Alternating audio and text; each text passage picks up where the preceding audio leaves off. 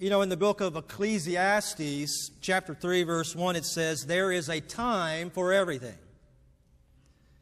A time for every season and for every activity under heaven." So I ask you, as I ask myself, how do you generally spend your time? What is it that you do all day? Well, did you know that in a lifetime, the average American will spend time doing the following? And these are some statistics that I came across. What is it that we do, average American? 6 months sitting at stoplights. I think it's more than that. 8 months of opening junk mail. 1 year looking for misplaced objects. For me, it's 2 years with my keys. 2 years unsuccessfully returning phone calls. 4 years doing housework. 5 years waiting in line somewhere. 6 years eating. Did you know that? I think it's more time for me too. And who knows how much time we spend on these cell phones, on computers, let alone sitting in front of the TV. I mean, I think I heard a while back a statistic that the average American will sit in front of a TV at least 6 hours a day. That's a lot of time. Is that a wise use of our time? Are we making the most of the opportunities of the life that's been given to us? Well, that's what the Apostle Paul is asking us today in his letter to the Ephesians. And so he kind of gives them a warning, as he does you and me. He says, be very careful how you live. Not as unwise, but as wise people, making the most of every opportunity that you've been given. And so with that in mind, there are some valuable lessons that we can learn today about time. How we spend our time. Is it wise? Is it unwise? Are we making the most of every opportunity? Well, one of the things that we must first of all realize is that our time is limited. Our time is limited. The psalmist in chapter 39, verse 4, he writes, "Lord, remind me of how brief my time on earth will be. Remind me that my days are numbered and that my life is fleeing away." And then over in James, the brother of Jesus, chapter 4, verses 14, he says this, "How do you know what will happen tomorrow? For your life is like the morning fog. It's here for just a little while, and then it's gone." You see, we all only get so many opportunities. We only get so many days. And one day, our time will run out, and we won't get another chance. Therefore, with that in mind, we are called today by the Apostle Paul to be very careful and to live our lives wisely while we have the chance. And with each numbered opportunity to make the most of it. And you know, I remember it seems like time passes by so quickly. That time indeed flies.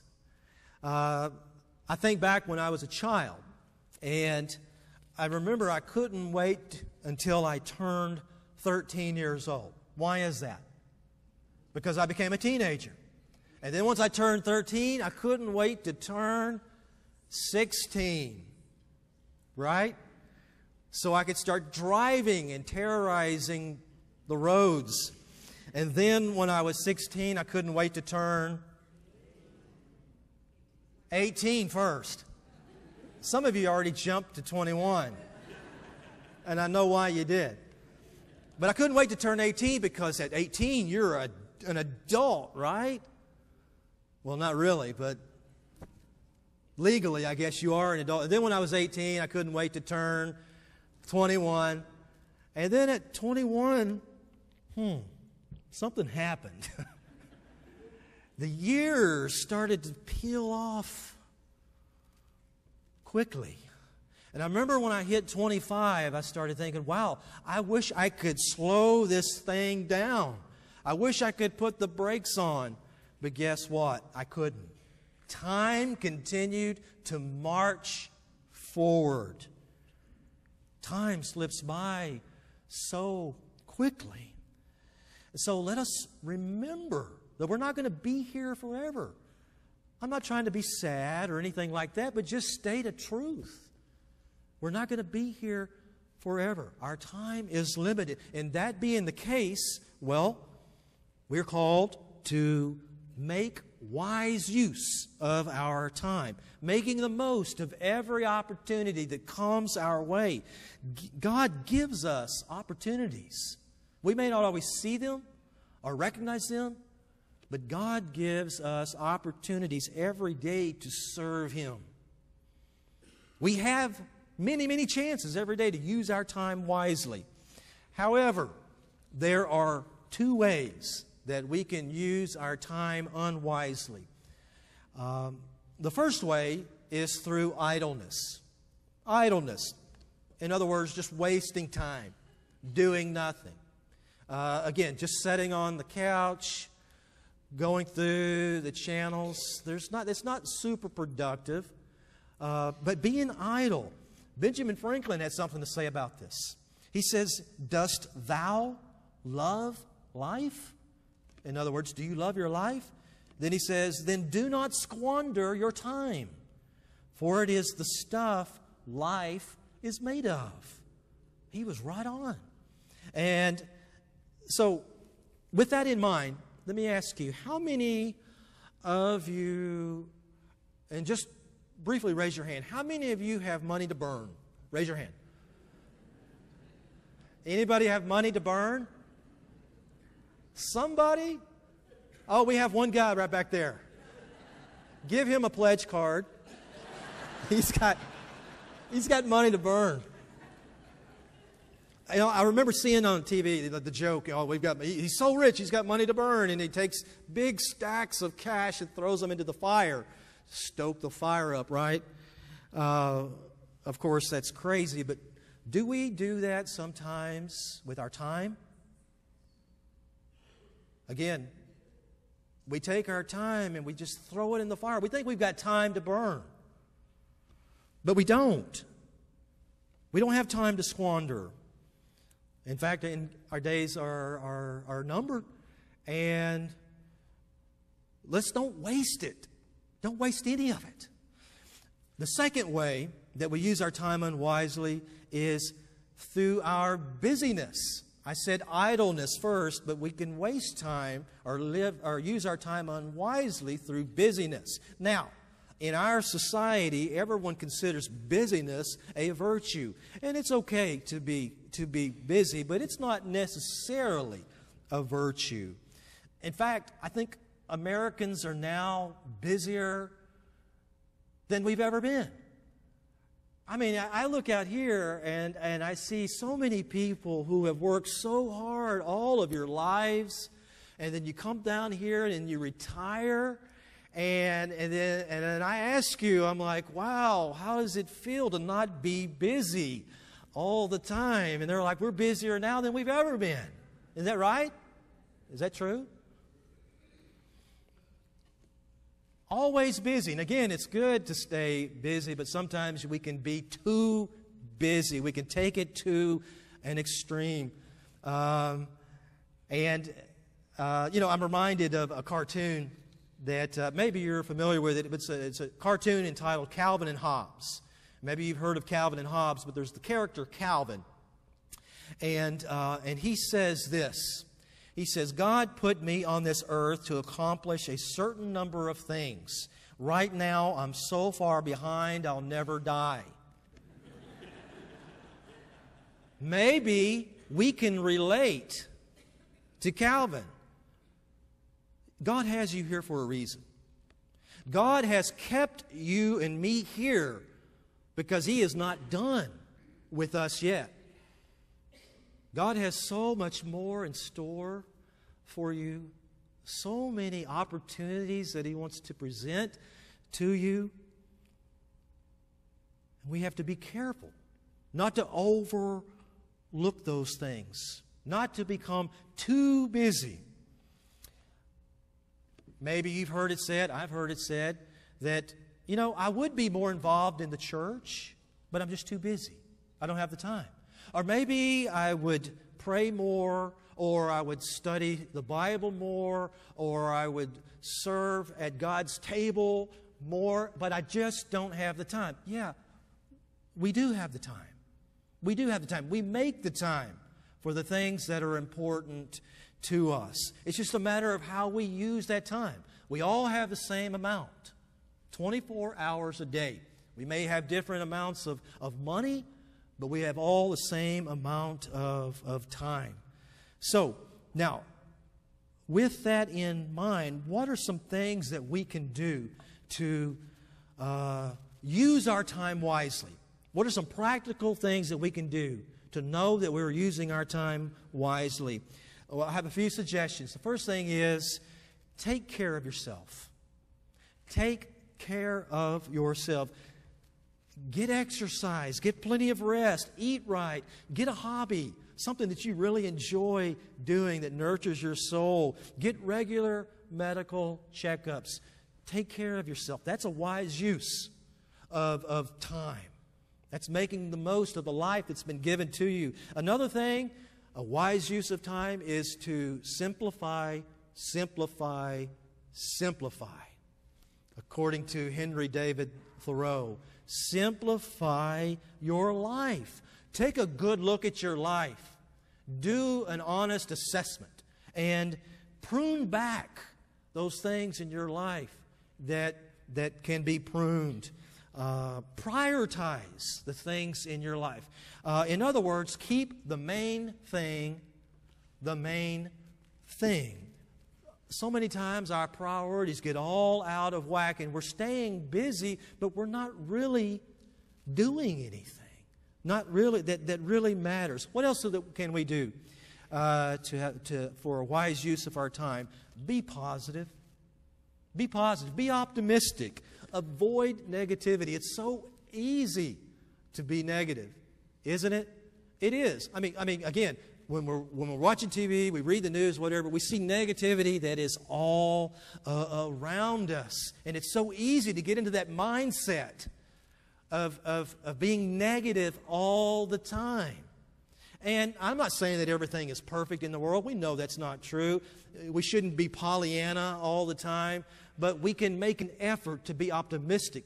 Be positive about life. It's been said that there are two kinds of people in the world. Those who wake up in the morning and say, "Good morning, Lord." And then there are those who wake up and say, "Good Lord, it's morning." Which one are you? If you're the first guy, the "Good morning, Lord," I promise you're going to have a happier, healthier, more enjoyable life. You will. And it doesn't matter what struggles or trials or difficulties you experience that day. If you have the mindset of being optimistic and being positive and saying, "Okay, Lord, this life is a gift. It's a blessing. And no matter what comes my way, I know you are with me and you're going to help me through it." Be optimistic. And with that in mind, it's talked about how that when you look at the cup and it's either half full or half empty, don't be either one of those.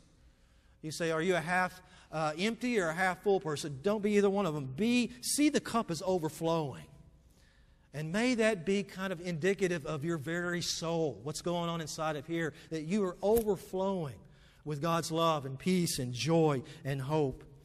And kind of with that in mind, what else can we do to live wisely? Well, learn to live in the present moment, in the here and now. My friends, what we have right here, this is all we have. This is it. This is what we have right now. And this is a wonderful thing. You're living wisely. You came to church to worship God and to fellowship with other people and to encourage one another. This is what we have. But too many times we focus on things that happened in the past that we cannot change. And we focus way too much on worrying about the future, which hasn't even come yet. This is what we have. Live in the present moment. You know, I'm reminded of that movie that came out many years ago, Dead Poets Society. You remember that? Starring Robin Williams. And he is this teacher at this prep school. And this is the lesson that he's trying to teach these kids, is live in the moment. And he used this Latin phrase of carpe diem, which means seize the day. That's right, seize the day. That's what we're called to do. Every second is a gift. Seize that. Make the most of every opportunity, because you know what? Every second is truly a precious, miraculous gift that God has given to us. What else can we do as I continue to move forth here and get prepared to close out? What are we to do as followers of Jesus? What's ultimately a wise use of our time? Be imitators of Jesus Christ. In Ephesians chapter 5, Paul writes, "Be imitators of God, therefore as dearly loved children, and live a life of love, just as Christ loved us and gave Himself up for us." What does that mean? Do what Jesus would do. Love the way He would love. Pray the way that He would pray. Forgive the way that He forgave. Offer hope. Serve others the way that Jesus did. That's what we're called to do. We're all imitating somebody, somehow, some way. We may not realize it, but ultimately we're called to imitate, be imitators of Jesus Christ. And let me tell you, that's a wise use of our time. Another thing, as I prepare to close out, another wise use of our time, and again, we're in our stewardship campaign, is to share the gifts that God has graciously and freely given to us. Ultimately, everything belongs to God. Nothing that I have really belongs to me. Everything that I have is a gift from God, and all that I'm called to do is to be a good manager of those gifts that have been entrusted to me. And it's the same for you. We make a wise use of our time when we truly give back to God. I think of John Wesley, the founder of the Methodist Church. He gave some great advice. He says, get all you can, save all you can, but then give all you can. Give all you can. Give freely. Give joyfully. And be blessed. And I want to close with this.